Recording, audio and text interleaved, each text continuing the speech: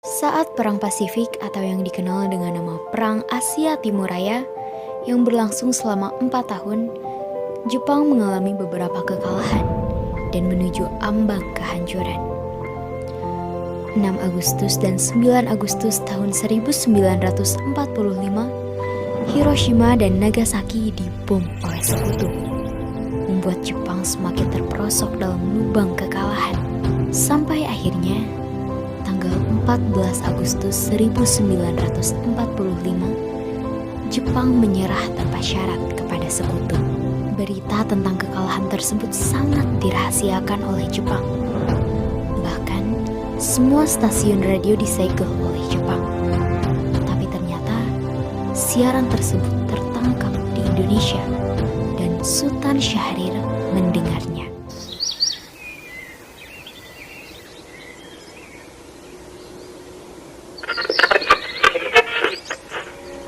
Till the end of time. Was news of the defeat of Japan which surrendered unconditionally to the Allies. One of the reasons was the bombing of Hiroshima and Nagasaki on August 6 and 1945 by the Allies. As a result, Japan lost most of its troops and troops. Bung Hatta dan Sultan Syahrir pun pergi ke rumah Bung Karno untuk memintanya memproklamasikan kemerdekaan. Namun, Bung Karno merasa tidak berhak untuk memproklamasikan kemerdekaan. Karena menurut Bung Karno, yang berhak untuk memproklamasikan kemerdekaan adalah PPKI. Pada tanggal 15 Agustus 1945, pukul 10 malam di rumah Soekarno, berkumpullah golongan muda yang ingin mendesak Soekarno untuk segera memproklamasikan kemerdekaan Indonesia. Ada maksud apa, saudara-saudara tetangga sini? Saya mendengar kekalahan Jepang kepada sekutu dari radio divisi London di Bandung. Maka dari itu kami dari golongan pemuda mengadakan rapat tadi siang dan hasilnya semua setuju agar Bung Karno dan Bung Hatta segera menyusun kemerdekaan Indonesia.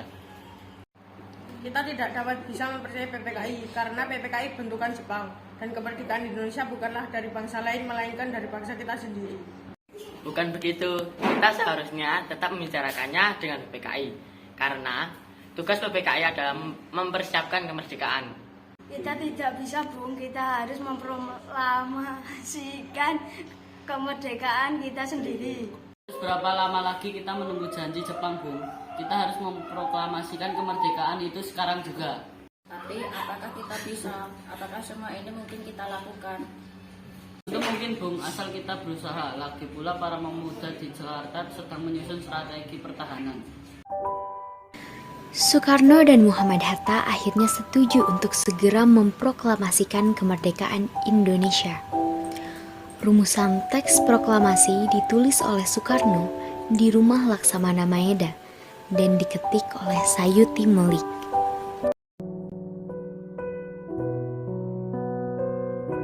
Tanggal 17 Agustus 1945 dini hari, saat semua orang sibuk menyiapkan proklamasi kemerdekaan, Soekarno meminta Fatmawati untuk menjahit bendera merah putih yang akan dikibarkan setelah proklamasi.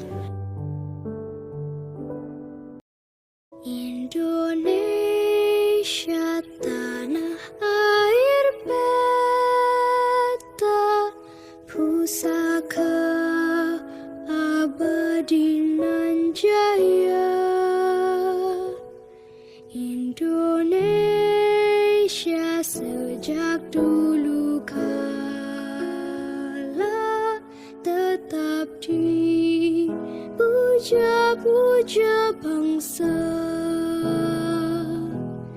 Di sana tempat. Akhirnya, proklamasi kemerdekaan Indonesia dibacakan oleh Insinyur Soekarno di depan rumahnya di Jalan Pegangsaan Timur nomor 56 Jakarta pada bulan Ramadan pukul 10 pagi hari Jumat tanggal 17 Agustus 1945.